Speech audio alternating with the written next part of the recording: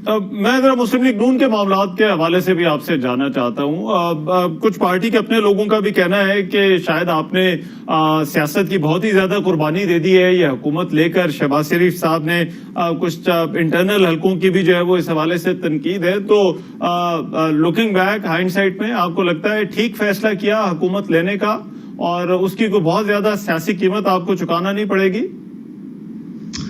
دیکھیں میں بالکل سمجھتا ہوں کہ جو فیصلہ تھا بالکل ٹھیک فیصلہ تھا، کیونکہ بہت حالات تھے. ایک تو جو پارلیمنٹ میں جو ان کی پرفارمنس تھی یا پارلیمنٹ کو انڈرمائن کیا ہوا تھا، وہاں پہ فرسٹریشن تھی amongst the member of the national assembly.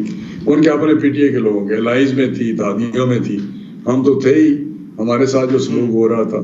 لیکن جو اکانومی کی حالت تھی وہ اتنی خراب ہو چکی تھی کہ اگر یہ فیصلہ نہ کرتے تو شاید اس کے بعد 3-4 مہینوں میں معاملات اس حد تک پہنچ جاتے یا اس ملک میں کوئی روٹی کھانے کو نہ ملتی، تو ڈیفالٹ میں چلے جاتے.